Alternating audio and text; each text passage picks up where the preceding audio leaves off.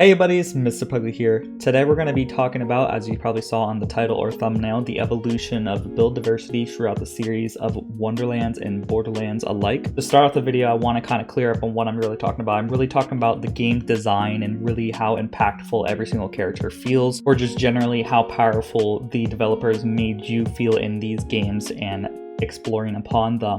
Basically, if the character doesn't really feel powerful enough, with a recent example such as Clawbringer in Wonderlands, there's not a lot of build diversity that can come from its kit, which allows it to unfortunately suffer. And I really want to talk about how the game has really evolved throughout the years and what they did right and what they did wrong. We'll be, of course, going in chronological order just so it's easy to comprehend on what I'm talking about. And hopefully by the end of this, you can understand the rise and fall of the build diversity we have been experiencing in the community. But before we get into the meat and potatoes of the video, don't forget to like, comment, subscribe, and follow me on Twitch in the top right. You have no idea how much helps me out. And let's get into the video. Legendary? Whoa! No way, dude!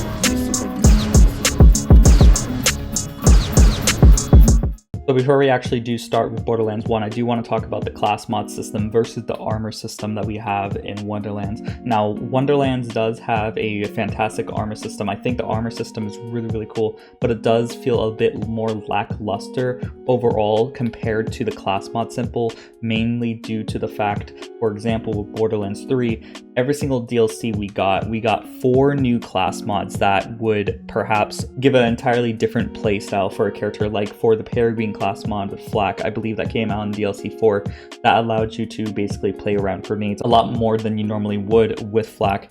And because of that, there's even builds that deal tons of damage. In fact, I've even cleared the True Malawan and the Guardian Takedown without using any guns by just using rack attacks and grenades. That's one of the key parts that really makes class mods better overall for the game's health compared to armors. The problem with the armor system with Wonderlands is that we might get one armor piece every single DLC, as opposed with the other games we got maybe like 4, depending on how many classes we had, class mods that each had their own unique effect related to that specific character. While with the armors, they have to make a new piece of armor, or I guess a new piece of gear, that is going to have to synergize with one of the characters or all of the characters. And most of the time we have these armor pieces that are coming out in the game that don't favor one particular class for the most part. You could argue like the My-Ass McMail is more for Stabbomancer and Blightcaller, but that came out before Blightcaller came out. Of course, they could have been thinking ahead. But pretty much what I'm saying is that a lot of the time when they design these armor choices, they have to play really safe, which makes it not really able to thrive and allow it to create new build diversity. For example, with class mods, you got these in base.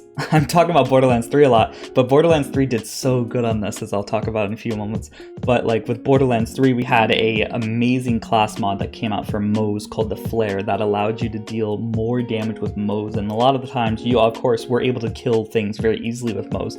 But just because of that one class mod, you got more bang for your buck whenever you wanted to primarily play on foot Moes, which could result in build diversity. So generally these class mods, like Seeing Dead, we got Rocketeer, we have all these different class mods that were like really change up on how you play your character, or just allow your character to play a lot better than it possibly wasn't able to before baseline, which really leads into, hey, if I'm making a build, I can potentially look at all these choices and be like, how can this piece of armor or class mod allow my build to function differently than everybody else's, which is why class mods are such a great feature in the game, and they probably should revert it back to similar to a class mod system, because they did say they're going to make a Wonderlands 2. They're really happy with the success of the franchise. I know that sounds crazy because the whole community is very like, Wonderlands is bad. And I mean, Wonderlands has been pretty hit or miss in a lot of areas, but it did do a lot of things right with the base game. I will say the story is amazing. So of course that success will lead to another sequel if they so choose to do it. I feel like they probably should, and hopefully we have more of a class mod situation as opposed to the armor pieces, because with armor pieces, of course, we got these new fun ways to get new skill tree points. Of course, one Blightcaller came out, but we didn't get a lot of diversity for builds with the Blightcaller stuff. Like a lot of the perks that they chose for the secondary classes, like with Spellshot and Spore Warden, it kind of feels like they were playing safe and they didn't really give us anything more exciting. Like with Stabbomancer, I wish they gave us the agent skill that gives you on crit with melee the dot on the enemy. Imagine having a 2 out of 1 on that. Like if they did more crazy things like that, I feel like it would have been more fun and give you more diversity for your builds. That leads us back to Borderlands 1, where Borderlands 1 has 4 distinct characters that of course has 3 skill trees. Now this 3 skill tree format does allow for a little bit more diversity than we currently have with Wonderlands. Originally when Wonderlands was coming out, we as a community were very excited. We were like, okay, there's gonna be 6 classes, we can multi-class into them. That combination just easily right there, that was like 30 or 36, I forget the number exactly. Different builds right there, that's crazy, right off the bat base game. And then you think about all these other different things you add to your character, even more diversity. When Wonderlands was coming out, it was the game for build diversity. It was the like biggest deal. It was like, oh my god, there's gonna be so much build diversity. I remember back in the day, I even was like, I'm so excited for Wonderlands. There's gonna be so much build diversity. It's gonna do so much for the community, but it didn't quite do as well as it originally thought, as well as some other people. But that's neither here or there. Unfortunately, the 3 skill tree planner or format is a lot better for the game's build diversity than the 1 skill tree format that we have in Wonderlands. Because say with Lilith, I'll pull up Lilith's skill tree right here. A lot of the time you could be saying, okay, well, most builds will get Phoenix, and then they'll get maybe just a bunch of points in the bullet damage. Now, this isn't a great example on build diversity because Borderlands 1, I don't feel like has a tons of build diversity. When Borderlands 1 first came out, they were really trying to play it safe. It was a new franchise. They didn't really know 100% what to do with it, so they wanted to make the focus of it guns. Of course, that's fine. They also added these awesome abilities with each character, which we now know as action skills, to allow you to have a little bit differences on each and every single one of those characters, which is a fantastic thing that they have in the game. I love action skills. They're one of my favorite things in the entire franchise. But they did really make these skill trees centered around mostly survivability and guns. As you guys know, every single time there's a new advertisement for Borderlands, it's all about the guns, guns, guns. Bazillions guns, trizillions, zabillion, I don't know. They always make up a weird number. I'm sure some of the numbers they use are real, but either way, a lot of these skill trees, as you see with the Lilith skill tree, is all about dealing gun damage, fire rate, just allowing you to deal more damage and not consume ammo. So a lot of time, unfortunately, with Lilith, you would just get the Phoenix capstone and then kind of just do whatever that would allow you to survive more, or just allow you to go and phase walk more, because that really was a nice survivability tool back in the day. And a lot of the characters in Borderlands 1s have a real samey feel, which is funny. This is kind of how we have it in Wonderlands. A lot of builds feel very samey and like, okay, it's doing the same thing, it's doing the same synergies for the most part. Of course, you could say, you know, there's some differences to make it a little bit different in Wonderlands, but it usually comes down to, okay, this build does the same synergies and it's dealing damage, and that's fine. The only character that really kind of broke away from this mold, at least end game, I mean, if we're talking like early game, you could say Brick was like, okay, you could do melee or guns, but like, honestly, how many of Brick fans did melee at level 69 endgame stuff? Like sure, it was possible, but I don't picture a lot of Brickamains trying to use mainly fists as a way to kill a lot of bosses, because you would just die so quickly in Borderlands 1. You didn't have a lot of survivability. But the only character that really had a diverse tree, in my opinion, was Mordecai, because Mordecai had essentially 2 main builds, which is funny. I know every single character technically had multiple builds, you could argue that, but a lot of characters mainly had like one solid build that you use every single time you got to endgame. Well, with Mordecai, you actually had like 2 builds, and it was like, whoa, that's so much. But you would pretty much either go sniper 100% with the bird doing support, or you would go support 100% or the bird dealing lots and lots of damage while using the sniper as like kind of like a secondary DPS. Your main DPS for the most part would be the bird, and it killed targets faster than you could kill them, unless of course it was a boss. So there wasn't a ton of build diversity, and I really love the way that they evolved on this when they went to Borderlands 2, because once you got to Borderlands 2, we got these 3 skill trees again, but these skill trees are like 2 times the size of Borderlands 1's. You have end caps that you don't put more than 1 point in, same with mid caps. Generally, a lot of Borderlands 2 characters were, hey, you get a mid cap, you put 1 point in there, you're done, and then you do something else, and then you get to the end cap and you're like, boom, you put 1 point in there, you're done. With Borderlands 1, you'd put like 5 points in the end cap, like making it really, really good, but they really allowed you to put more points elsewhere by allowing you to just be like, okay, I'm just put 1 point in my end cap, I don't need to upgrade it anymore, and then we can move on to an entirely new skill tree, which was great in Borderlands 2. There's a lot of build diversity in Borderlands 2. Of course, once we get to OP level 8 and 72, you could say a lot of builds, once again, are samey. Not a lot of synergies you could do. Of course, there was a lot of synergies, but there wasn't a lot of good synergies. Like you could play Axton. Axton's my favorite Borderlands 2 Vault Hunter, if you're not familiar. You could do a full turret build and go down the green tree, go all the way down to red tree, basically deploy 2 sentry turrets with 2 guns on each, applying slag and everything like that. Amazing. It was so fun. Like early game, mid game, late game, and then once you hit like OP8, the turret is pretty much useless for the most part. I mean, like, it has its use. You would send it out, and then a badass or like a regular enemy would just shoot it like once or twice and just blow up, and it really felt really bad. And I know there's probably some buffs to this, but I'm talking about my experiences I've had with Borderlands 2. I know this is a little bit late in the video, but mostly this is my opinion. But in Borderlands 2, you had this ability with Axton, with the shield, the protective shield, and it would, you know, tank a lot of bullets, like a lot of damage. But once you got to OP8, at least back in the day when I played, like, I forget when I played, I guess when it first came out, when first OP8 came out, I would send out the turret would show its bubble, and then the bubble would just despawn immediately, and I hit my mic, sorry. But you would pretty much be forced to, as Axton at OP8, to go down the blue tree and kind of just forget most of your tools with the red tree. Like, you could probably go down to double up, because double up on the green tree is like, you know, it applies slag. Slag is 4 times more damage. Yeah, it was 4 times more damage in Borderlands 2, and you just gun any enemy you see. While with the red tree, you have all these survivability tricks like grit your teeth or grit. It's really, really good at survivability, but like stuff like maglock, it's just so poo-poo. Resourcefulness, increasing the saber turret cooldown, sure is good, but like a lot of the points in the red tree felt wasted, and it kind of forced you to go down the blue tree, and that's like a big hit to build diversity in Borderlands 2, unfortunately. Once we finally got OP8, people had to build in such a strict way that it really killed build diversity, which is crazy, because in Borderlands 2, you have all these different class mods, all these different guns and like stuff like that. And with Axton, you could be like, okay, I'm gonna do like kind of like maybe like a grenade build, or like just all guns or all turrets, or like a mix of all those.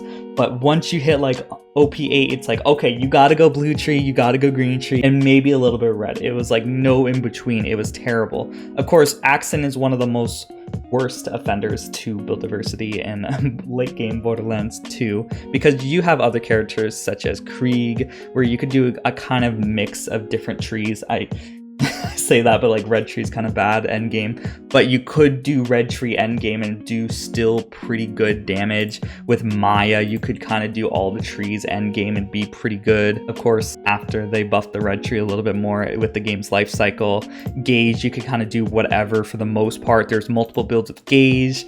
Salvador had multiple builds, but most people did just money shot spam. Nobody really did come at me, bro, with the middle finger at the red tree, because you didn't need damage resistance in Borderlands 2 with Salvador, because you just heal all your damage with the grog nozzle. And with Zero, it was like a mix of lots of crit damage and sometimes melee, and a lot of times in endgame, melee was not really that great of an option. It's there if you need it, but you really have to like go all chips in on melee to really make it even like functionable on endgame, which really, really sucks. And that's when we lead into Borderlands the pre-sequel. Borderlands the pre-sequel does build diversity great, which sounds really weird to say because Borderlands the pre-sequel didn't have a huge end game, unfortunately, due to 2K Australia shutting down. So a lot of the potential future of Borderlands pre-sequel was shut down pretty early on, which is really, really shameful. But you have these characters that not only allows you to get into your skill trees faster, because you would hit, I think, level 3 and you get your action skill immediately, as opposed to Borderlands 2 and Borderlands 1, you'd have to wait all the way to level 5, which really made your character feel really boring. But as soon as you hit level 3 on Borderlands pre-sequel, you could just go heavy into your skill tree and it was awesome. You could get down the skill tree faster, if I remember correctly. Yeah, you would get your mid cap and then it would immediately bring you to the next tier, which was awesome. I love that in Borderlands pre-sequel. Now I could honestly go on and on and on about praising Borderlands pre-sequel, but let's get back to the topic of build diversity. Now, build diversity was pretty high in my opinion with Borderlands pre-sequel. You had Athena that could do like elemental builds. You could pretty much honestly do all the skill trees and do a build. Like, that was awesome. You could do all the skill trees and you were fine. With Aurelia, if you had a co-op partner, you could go all the skill trees and do fine, which is awesome. If you didn't have a co-op partner like me, lonely little 12-year-old pugly, you could only do the blue tree, which was my favorite, and then the green tree. And then the red tree was kind of just nothing for the most part. In Claptrap, you could do all the trees for the most part and do fine. Maybe you could argue Rainbow Coolant wasn't the best, but it was like good enough to be like, hey, I'm gonna use it. With Jack, oh my god, Jack is such a great character to play in this game. You could do all the skill trees and you're fine. You could basically make super duper digiclones like you could with Zane in Borderlands 3. With Nisha, you could go anything because her action skill was busted. Okay, so if you guys aren't aware, Borderlands the pre-sequel's game design philosophy was centered around making you, the player, feel like a badass, which was awesome. They knocked that stuff out of the park. They made these character designs so good. They make you feel powerful very easily, very quickly. I feel like Wilhelm's like the only character that takes a little bit to like really make you feel like a badass. It really does start feeling good once you start getting down the skill trees and such with Wilhelm. But everyone else, you get your action skill, you get some of your points. Like with Aurelia, you just put like 1 point into Avalanche and you have this huge, like just 1 point, like just level 4, you have this huge skill that can stack up to 100 stacks and get you like just from 1 point 15% more cryo damage. And I know that doesn't sound like a lot. You also get 8% more freeze chance, and freezing in Borderlands the pre-sequel is great. You just freeze everyone like super quickly, especially with Aurelia. So Avalanche was a great tier 1. There's a lot of great tier 1s. I think that's like one of the great parts about Borderlands preschool, making you feel powerful or allowing you to have decent build diversity, is because you have these amazing tier 1s that you can kind of use on every single build, and it really just makes you feel powerful, or they just have these flashy effects that just makes you feel really powerful and fun. And in turn, because of these this amazing power scale that they gave you as a design philosophy, they just make you feel powerful no matter how you build for the most part. I was hard pressed a lot of the time when I played Borderlands pre-sequel when I hit endgame where I didn't feel powerful enough to kill a boss for the most part. And I guess you could really say that about all the characters in like all the games, because you could essentially have god rolls, everything would be good. But even without god rolls, Borderlands pre-sequel, you were like good. You were good to be able to kill mostly everything as long as you build work correctly. And you didn't even have to build perfectly. A lot of the items, or I guess skills, were like no-brainers. Like, okay, this is good, this is bad. I will get this and I'll be good. But you know who did that even better? I'm getting so excited because this is such a fun topic. Borderlands 3 knocked this sucker out the park. Baseline Borderlands 3 base game, you got 4 characters with 3 action skills with 3 skill trees, which is the norm, but 3 skill trees that also give you multiple augments and new action skills. It was crazy. Borderlands 3 does build diversity to the extreme. There's the most build diversity in Borderlands 3, and it isn't really talked about enough in my opinion. Borderlands 3 does amazing with build diversity. You could kind of just follow one thing on Borderlands 3, like with modes. You could be like, okay, I'm gonna get 5 out of 5 fire in the Skag Den and then short fuse, and I'm gonna just kind of like build decently with everything else, and I'll pick any gun I want, any grenade I want, anything I want, any class mod. You just wreck face. It's awesome. I love that. And you might be thinking, well, doesn't that make you feel kind of too powerful? Now, a big thing in games is allowing your character to feel powerful enough to the point where you feel good, you feel like you're demolishing the enemies, but you're not basically wiping the field and it's boring. Borderlands 3, in my opinion, never felt boring. It felt so satisfying to mow down enemies, even if it took long to kill enemies. But if you built correctly with mows or like any of these characters, you could just mow down any boss in like just a few seconds.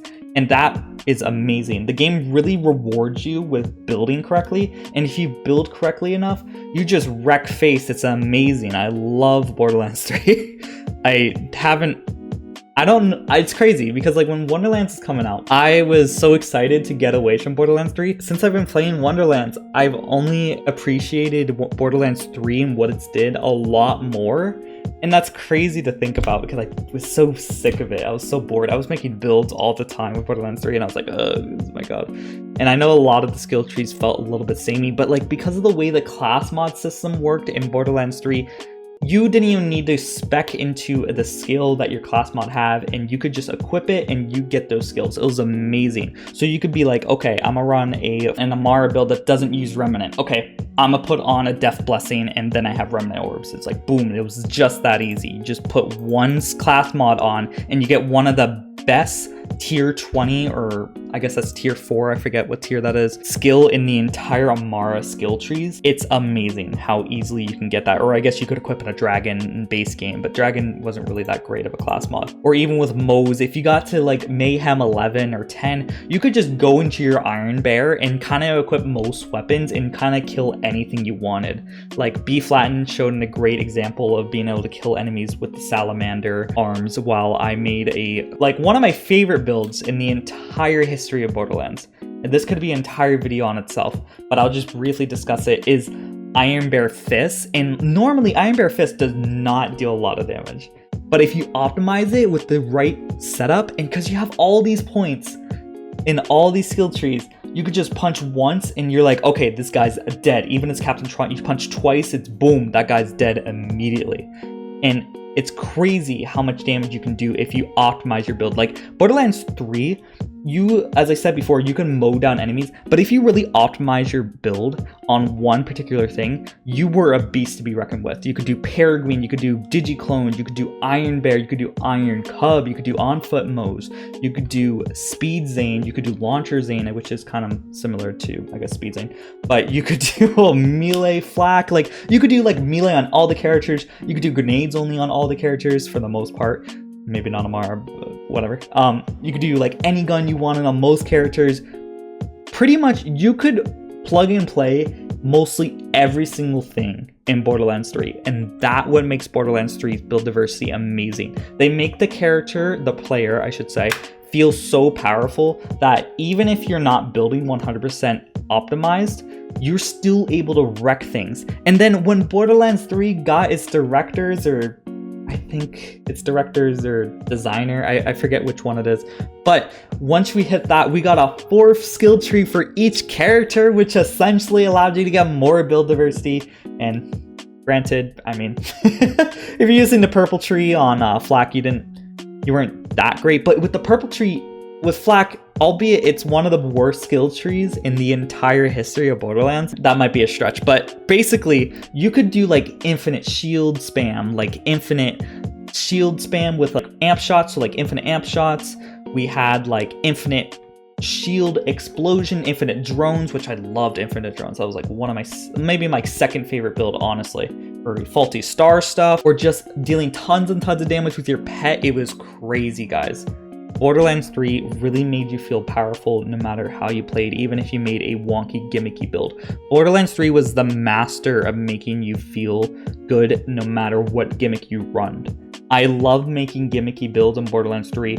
This is just something that you were able to do no matter how gimmicky your build was. I made like a Nova burner build with Zane that killed every boss very easily by just using Novas and no guns at all, or I guess Guardian Angel, but That's another topic. Guardian Angel created more build diversity for the game. I made a whole video on how the Guardian Angel was a good thing for the community. You can look for that video if you'd like, but since I already discussed all the points, I'll just briefly say that a lot of the items or builds or skills that you would use that weren't that great, Guardian Angel allowed you to optimize those and deal even more damage, which was great. Guardian Angel did so much for the game good rather than bad, in my honest opinion. That might be a hot take. And the Purple Tree introduced Iron Cub with Mows, which allowed you to like really focus on foot mows, which I did anyways, even without Iron Cub. Iron Cub like really allowed you to go even further. And you even, I forgot, I'm briefly mentioning it, Iron Cub's a new action skill, but each character got a new action skill as well,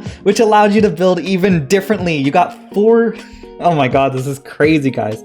Borderlands 3 did so good with this. You got 4 new skill trees with this one DLC, and then these augments, which allowed you to build differently as well. You got Mantis Cannon for Zane, which is a staple in all Zane builds for the most part.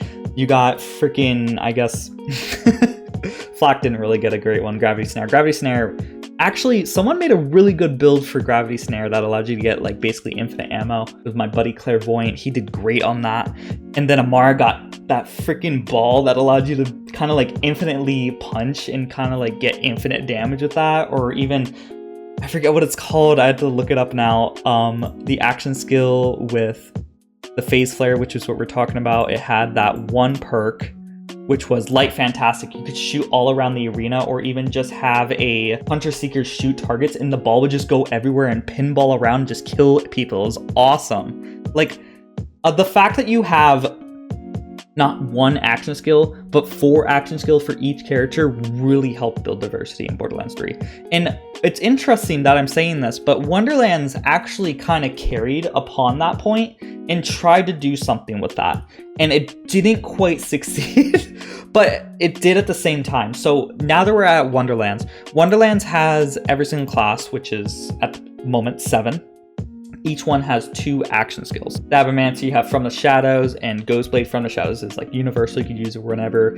We got Blastcaller, which has like the most crazy, not Blastcaller, Blightcaller, which has like one of the most crazy action skills in the entire game, which is Plague Storm. And then Bog Totem is like decent. If you were like really build for it, you could deal decent damage, but I haven't quite seen a build for it. I have like a build in my head that could possibly make it work, but I haven't really focused on it. That one's kind of meh, I guess. But and then we have like a character like Clawbringer. We got these amazing builds that make Storms, Dragon, Judgment deal lots of damage, and then Cleansing Flame is like never used. Cleansing Flame, not cleanse, whatever. But that wasn't really used at all.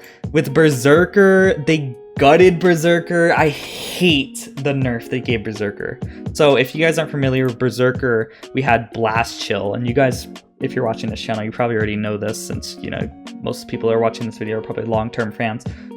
They had Dreadwind, which is that ability that made you spin around really fast. That ability allowed you to combo with Blast Chill and just get a bunch of Novas all the time. And then they gutted it and nerfed it, and Blast Chill can't do that anymore. And it's like, why ever run Dreadwind? I mean, Dreadwind can deal decent damage still, but it's like, ugh, it's like never use Dreadwind for the most part. It's like, that was gutted, that ruined some build diversity. No one uses Feral Surge, like why would you if you can multi-class into someone else and use a better action skill? Like, the problem with Wonderlands, I don't want to go on a rant, but Wonderlands really took a huge step back on build diversity. Like, I could do a huge rant on just how many things they did wrong with the characters. And I guess that sort of relates to build diversity, but I'll try to make it focus on build diversity for the purpose of this video. But Wonderlands, a lot of the time, feels like you need to have good secondary stats or like a good piece of gear to deal lots of damage. Like, you could synergize the best build in the world and deal decent damage, like, right? And because of the power scale that they gave you in Wonderlands, I don't know why they took this huge step back. You know how I was talking about how Borderlands pre-sequel and Borderlands 3 really made you feel like a badass? Like, Borderlands, the pre-sequel's design was like, hey, I'm gonna make you feel like a badass. That was the point. But like, inadvertently, they carry that philosophy, I think, with Borderlands 3, because they really makes you feel like a badass and easily able to kill everything. At least end game, like once the life cycle of the game reached its end, you were like set on like any build you wanted, which is awesome. And hopefully they do this with Wonderlands. But with Wonderlands, it feels like even if you synergize the best build possible, you won't deal lots and lots of damage unless, of course, you have some decent gear as well. Like, and that's like a really hot take too. This video is a lot of hot takes, but you could have like poor gear and still deal decent with Wonderlands. But the power scale that the skill trees give you is very low. Like Stabbomancer, we talked about. This is like a bad example because the Arsenal is a terrible skill for the most part. I made a whole video on that too. But let's say we have 5 on 5 on Arsenal. We get 15 melee, 15 spell, and 15 gun. That is basically whatever you're using, 15% more damage, which is fine. 5 skill tree points for 15 more damage. Like a lot of the skill tree points in this game are like itty bitty, like tiny increases to your character. With Borderlands 3, you could put points into your character and you get these huge increases because of mayhem scaling. You put like 5 out of 5 on Skagden and you get like what, like 4,950% more damage with all explosives because the guns, and I mean with fire damage and stuff like that. It was some crazy number. I think it was 495 times, not 4,905. I haven't done the math for Borderlands 3 in a while. But a lot of these skills, even with like Ancestral Frost, even though that's one of the better skills with Brrzerker, just because there's nothing else good on tier 1, gives you only 20. Like if this was Borderlands 3, if this was Borderlands 3's build and game design philosophy for Wonderlands, Ancestral Frost would probably give you like 50% more frost damage, or like 80%, or like some huge number. Like the numbers that they give you in Wonderlands are so itty bitty that it makes you like have to rely on a good piece of secondary stat. Like say for the Spore Warden tree, right? Let's go to the Spore Warden tree. Let's talk about the Spore Warden tree. In the entire Spore Warden tree, not counting called shots, because called shots is trash and you probably should never use it, you get 20% more gun damage. 20%. A basic ascended ring for gun damage gives you 22.7, I think. That's more than 5 skill tree points in Spore Warden. That's ridiculous. One piece of gear gives you more gun damage for your build than the entire skill tree for Spore Warden. Or even with Stabbomancer, you get more gun damage from rings than you do from the skill tree. I think the only character that gives you more gun damage than rings, just rings, we're not even talking about secondary stats from armor or even enchantments, almost equal to the amount of gun damage that you get from rings from Spellshot, or even with Graveborn with all damage dealt, because Graveborn has tons of all damage dealt. That's like its thing. These tiny bitty values in the Wonderland skill trees really makes you required to use certain items, which sucks. I hate that. That makes build diversity really low by nature with Wonderlands. I know we've been going on for a long time with this, but I'm really passionate about the subject because build diversity is a big thing. They took a huge step forward. Borderlands 1, it was like, and then in Borderlands 2, they're like, take a good step. Borderlands Preschool, they were like, fuck, like, yeah. And then Borderlands 3 was like, amazing. And then Wonderlands happened, and then they just took this ginormous step back, like maybe even equal to Borderlands 1 skill trees, like in build philosophy and build diversity. It's like crazy how little build diversity Wonderlands has, with how late we are in the game's franchise, like in the series of the franchise. I know Wonderlands technically is its own thing, but it's ridiculous. It's honestly a bit ridiculous. And this is what I meant with, I didn't want to go on a big rant on Wonderlands, but it's really sad because like with like, if you have Sharkbane ring, like you could even get more gun damage because the craziness with that. And I guess my cat wants to be in the video. Like secondary stats with like armor, it's like, okay, you could get like up to total with gun damage and all damage dealt. Oh my god, what is she doing? But we could get like 45% more damage for your build base value just from your armor piece without counting the skill tree points, and that's crazy to me. And speaking from the original topic to the beginning of the video, Armors versus class mods, and I forgot to include this point, but I will say with each and every single class mod that you got for these characters, with like one DLC, you got like 4 different class mods on Borderlands 3. Each one of them provided new skills tree stat that you could potentially use on a certain build. So like say if the class mod didn't even give you a good effect, you could potentially just use it because it gave you like 5 out of 5 Fire and Skag Den, or with like Hustler, which is that Zane class mod that gives crits, it would give you those brain freeze points, which are super duper valuable in certain builds, and you wouldn't even really use the Hustler class mod for its effect. You would just use it for the skill tree points it could possibly give you, which was awesome, which armors technically don't really do. Armors have a very limited pool of skill tree points, and they don't innovate on that anymore with new armor pieces that come out just by nature of how armors are. Or even vice versa with the Conductor class mod on Zane. It doesn't have that great of skill tree points, but it has that awesome effect that gives you bonus shock damage, which is really good for, say, my Nova Zane build. But I wanted to real quick just include that point because that's a very important point to include on this video, on the difference between value of build diversity with class mods versus armors. Armor versus class mod, they both have the problem farming god rolls, but Wonderlands, you really need these secondary stats because the skill trees don't give you enough secondary stats or even stats for your build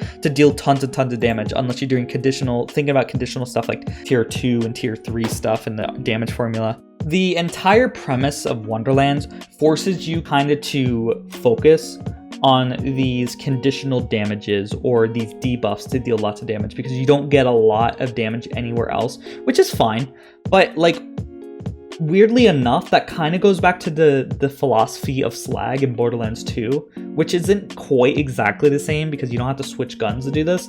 But like, you have to like debuff the enemies a lot of the time to do decent with your builds. Like with Spore Warden, you don't have to, but you should, if you want to deal lots of damage, apply Wrath of Nature. Or with Graveborn, you have to make sure you get Faith of Thralls to deal a lot of damage. Or a Spellshot, make sure you get magic, bullets, or glass cannon, or a combination of both. Brrzerker, you have to have Icebreaker to deal lots of damage with its multiplicable nature. Stabbomancer, multiplicable nature of exploit their weaknesses. Like, there's a lot of these, like, you have to get this one skill to deal lots of damage in Wonderlands, which you could say is the case in Borderlands 3 as well. Even if you don't get short fuse with Moes in Borderlands 3, you can still kill every boss easily.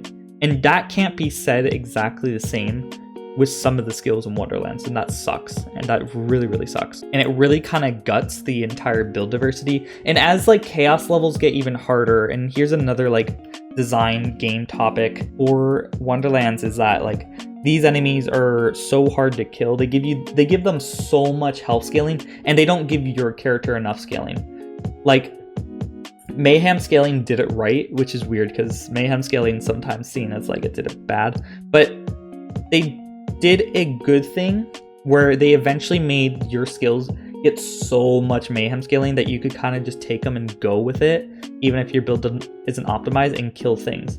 And I wonder if Wonderlands would benefit from something like that, like making, I don't know, Eagle Eyes with Chaos level 50. With each Chaos level, you get 1% higher on this Eagle Eye, so you get, I don't know, a total of 70 gun damage. I know that sounds terrible, that doesn't sound that great, but like, that would at least give you more value than 2 Sharkbane for gun damage, at least. Like, it's just silly to me. This is all my opinion, honestly, so I know that doesn't need to be said at this point in the video, but it kind of sucks, the build diversity in Wonderlands, because of how good it was in Borderlands 3. It's just so disappointing to me. So that's like the main problem I have with Wonderlands build diversity. You need to have like these specific stats to deal lots and lots of damage with your build. Unfortunately, like, the game relies a lot more, it's a lot more gear reliant, in my opinion, than most releases of the franchise, and that kind of sucks. Like, if they made the skill trees allow you to deal more damage currently without having like decent secondary stats, that'd be great. I know there's some builds, I know a Contagion was a build that was gutted also, like that's like one hit to build diversity there. Like Wonderlands has a lot of nerfs that like kind of gut diversity, which sucks. It's like we find these like fun, like as theory crafters in the community, as being one of them, we find these awesome synergies that deal lots of damage, and then the developers are like, hey, maybe you shouldn't be that powerful, and then take it away. It's like in Wonderlands, they kind of make you feel weak on purpose, it seems like. It's weird because I guess it makes it like more satisfying when you get that, like, oh my god, I finally got this ascended gun. Like, wow, this is really gonna change the way I play. I know in interviews they kind of like talked about how they wanted something like that,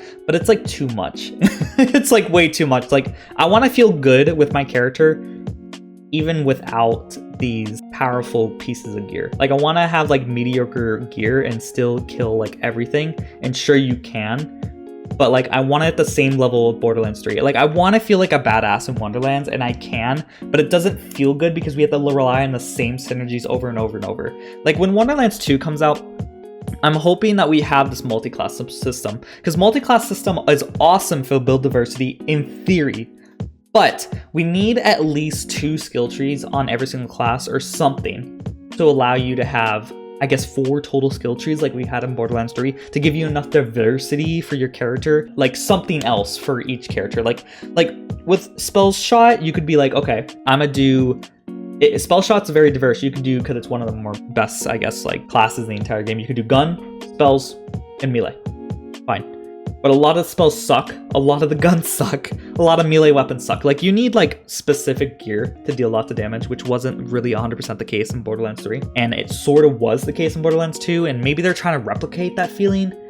I don't know why they would, but I know Wonderlands comes right after Borderlands 2, so maybe that makes sense lore-wise, but it doesn't really make any sense game development-wise, so I'm not gonna excuse that personally. As someone who like really wanted to become a video game designer, like that was like my passion as a kid. Like that was like the one thing I wanted to do growing up, and I never did it, but like I learned so much about game design and stuff like this where I can feel passionate and talk about this type of stuff with one of my favorite franchises and just feel sad. And I know it's like, game design is so hard. Like, it's so hit or miss to make your fans feel good, or like there's some like cases where like with Blizzard, are you guys familiar with that phrase where like you think you want it but you don't? A lot of the time game design is like that though, and it's crazy because like Blizzard was proved wrong. So like sometimes us as players feel like we know better than these game developers, but sometimes we really got to put us in their shoes and really think on how it really affects the game's, I guess, health, and how it really would affect the entire community or the game as a whole. And that's why game design is so hard. But it just baffles me that they had it so right in Borderlands 3 and they took a major step in Wonderlands. It baffles me, guys. It really was the best in Borderlands 3, I tell you. Borderlands a pre-sequel, close second. If there was more endgame, people would feel the same way with Borderlands pre-sequel, in my opinion. But Borderlands 3 has everything in the package. It has amazing build diversity, which is topic to video, amazing endgame, amazing amount of content, enough where you want to keep evolving your builds to like do more fun, have more fun with your friends, have synergies with your friends and stuff like that. I guess another thing is, like, now I think about it, with Wonderlands, there isn't a lot of synergies with your friends. Like with every single game, there's these synergies that you can play with your friend, which is awesome. Like Borderlands 1, you could get ammo regen for your entire party with Roland. Borderlands 2, you could slag the enemies, like be the slagger of the group, that's just baseline, or you could even play as Axton, be completely support, or even Maya. Borderlands pre-sequel got a whole support tree in Aurelia. Borderlands 3, you could do support by even just doing the barrier tree with Zane, which is kind of mid, but you could do like getting in the back of Iron Bear as Moze and do these fun little plays. Like, it's crazy to me, now that I think about it, that there's barely any co-op part, design, or anything in the skill trees for Wonderlands besides Clawbringer, and I don't even count that because it's literally like 2 flies in front of you, like length, to get elemental damage for your group. It's crazy to me. That's crazy that we don't have a lot of partner synergies in Wonderlands, because like a big part of the franchise is being like, hey, we're having tons of fun with our friends, because like that was the selling point for me. Like when I got into this game, it was friends that made it fun for me. I'm the type of person that could go into a game that's highly complicated and have fun by myself, because I like getting to the nitty-gritty of like all these different numbers and like skill trees and stuff like that. Like skill trees are my type of thing it's always been, like ever since like World of Warcraft when I was 6. I love skill trees in World of Warcraft, and Borderlands allowed me to like even focus on that even as like a career sorta on YouTube, which is crazy to think of. The game, a lot of the trailers say like play with your friends, have fun with your friends, but you can't really have fun with your friends in Wonderlands. I mean, you're gonna have fun with friends in Wonderlands. I mean, like, come on.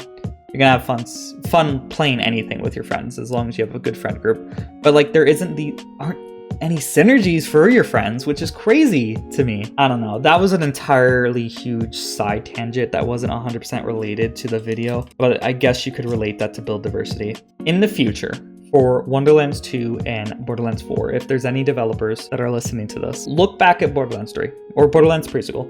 The design philosophy for Borderlands Pre-Sequel knocked it out of the park. They made you feel like a badass and wanted you to feel like a badass. Borderlands 3 carried that philosophy and made you feel like a badass no matter what you built. And that wasn't ever like said directly, but that's just the case with Borderlands 3. It's just the principle on that game, I guess. So let's try to get more like making your character feel powerful, making the player feel powerful. No more like you require to farm a ton before you feel powerful, because that is something that happens in Wonderlands, and that was even something in Borderlands 1 and Borderlands 2. Let's go back to the design philosophy on Borderlands 3, guys. And I'm just noticing I'm at the 52-minute mark of this video, and I probably talked a lot more than I need to on this topic, but I really am passionate about this topic. I hope this was something that you guys enjoyed listening to. I would love to do a little bit more video essays or even something like this with the channel, because I'm really the type of person that loves analytical stuff, honestly. Like that's what I listen to when on my drive home. I don't listen to music, I listen to like analytical stuff all the time. So hopefully I can keep doing something like this for you guys. Tell me if you like this type of content down below. Maybe you guys aren't even this far in the video, but as always, a big shout out to the members that make these videos possible. We have Clairvoyance, Rick and Glacius, Grey Wolf, Cameron, Wishkeeper, and Call Doctor. These are people who support me as little as $5 a month on Patreon or YouTube, and you can also support me as little as $5 a month by clicking the link in the comments or description or in the top right to become a member. The more members we have, the closer I get to becoming full-time, which means more videos for you guys. And as always, don't forget to like, comment, subscribe, and I hope you all have a great day. Bye-bye. And the last shall be first to immerse in a pass out heat, facing him up with a moxie melt till he woke up drowning in tchotchke hell. More in a cave with a torch on the wall than a window arrangement of porcelain dolls.